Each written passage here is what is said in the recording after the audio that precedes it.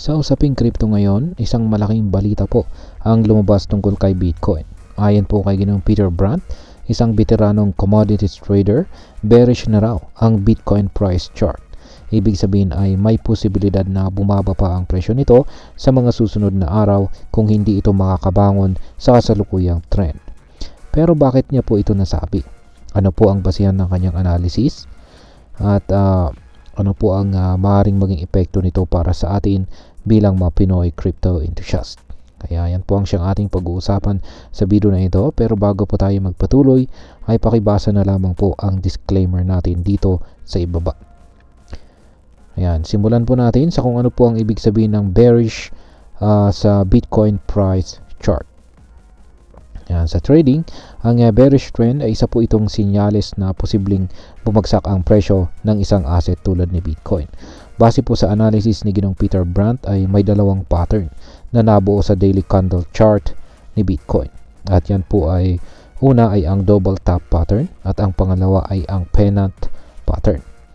Ayan, pagdating po sa double top pattern, isa po itong classic reversal pattern na nagpapahiwatig po ng pagbagsak ng presyo matapos maabot ang dalawang matataas na puntos. Ang pangalawa ay ang pennant pattern. Isa po itong continuation pattern na nagpapakita ng panandaliang consolidation ng presyo bago po ito magpatuloy sa parehong direksyon, pataas man o pababa. Ayon po kay Ginoong Brandt, natapos na ang double top formation at kasalukuyang nasa pennant stage si Bitcoin. Ibig sabihin ay kung hindi nito malalagpasan ang resistance level na nasa $95,000, malaki po ang posibilidad na baka bumaba pa ang presyo nito ng hanggang $75,000 o baka mas mababa pa. Ngayon ay ano po ang dahilan ng pagbagsak ni Bitcoin sa presyong $80,000? Ayan, nung nakarang weekend ay bumagsak po ang presyo ni Bitcoin sa $80,000 at ayon po sa mga eksperto ay may tatlong mga pangunahing dahilan kung bakit po ito nangyari. Una ay ang geopolitical uncertainties. Ayan, ang tension po sa pagitan ng bansang Russia at Ukraine ay patuloy pa rin at nagdudulot ito ng pangamba sa global markets. Dahil dito ay marami pong investors ang nag-aalinlangan at nagbebenta ng kanilang assets kasama na ang crypto.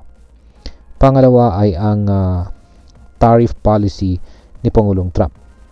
Sa muling pagpasok po ni Pangulong Trump sa politika, marami ang nag-alala sa kanyang economic policies, lalo na sa mga bagong tariff o buwis na maaring ipataw sa imports. Ang ganitong uncertainty ay nagiging dahilan para umatras ang ilang investors sa risk assets tulad ni Bitcoin. At ang pangatlo ay ang government spending cuts. Yan, may ilang balita tungkol po sa posibleng spending cuts ng gobyerno ng US na maaaring makaapekto sa liquidity ng market. Dahil dito ay bumaba po ang demand para sa high-risk investments tulad ng crypto. Sa madaling sabi ay nagiging mas maingat po ang mga investors kaya bumababa ang demand na nagresulta sa pagbaba ng presyo ni Bitcoin. Ngayon ay may pag-asa pa bang makabawi itong si Bitcoin? Yan, ayon po kay Ginoong Jeffrey Kendrick, isa po siyang analyst mula sa Standard Chartered. Ayan, ay posible daw pong magkaroon ng positive reversal o pagbalik ng presyo ni Bitcoin sa mas mataas na price level. Sabi niya ay kung bumagal po ang epekto ng mga tariff policies ni Pangulong Trump, maaaring lumampas ang presyo ni Bitcoin sa $80,000 hanggang $95,000 na price range sa mga susunod na araw. Sa kasalukuyan ay nakabawi na ng kaunti si Bitcoin at nasa $82,500 at ang presyo nito. Pero ayon po kay Ginoong Brandt, kailangan po nitong ma-break or mabasag ang $95,000 na resistance level para maging bullish ulit ang kanyang trend. Kung hindi, malaki ang posibilidad na bumagsak ito sa $75,000 o baka mas mababa pa. Ayan, bilang panghuli ay ano naman ang aking masasabi tungkol dito. Ang sitwasyong ito ay patunay na si Bitcoin at ang buong crypto market ay napakalakas pa rin na maapektuhan ng mga external factors tulad po ng politika, ekonomiya at saka global conflicts. Ipinapakita rin ito kung gaano po kahalaga ang technical analysis sa pag-unawa ng market trends.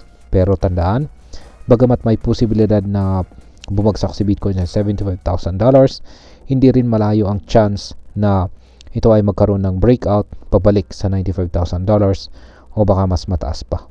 Kaya lagi po nating tandaan ang golden rule sa investing na do your own research, manage your risk, at saka invest only what you can afford to lose.